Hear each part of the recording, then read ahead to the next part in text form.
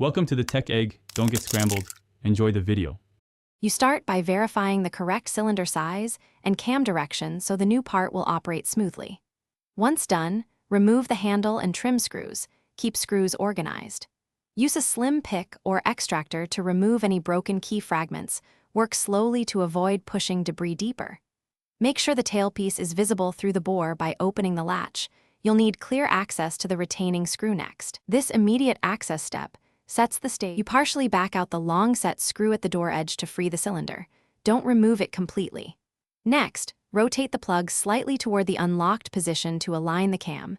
This creates the clearance needed to slide the cylinder out.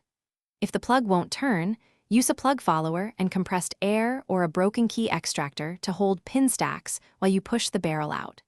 Make sure to support the lock assembly as you work so pins don't fall into the door. You insert the new cylinder with the cam aligned exactly as the old one sat, pushing it straight until it's flush with the faceplate. Then tighten the retaining screw firmly, but not over tight. Reinstall the trim and handles in original order.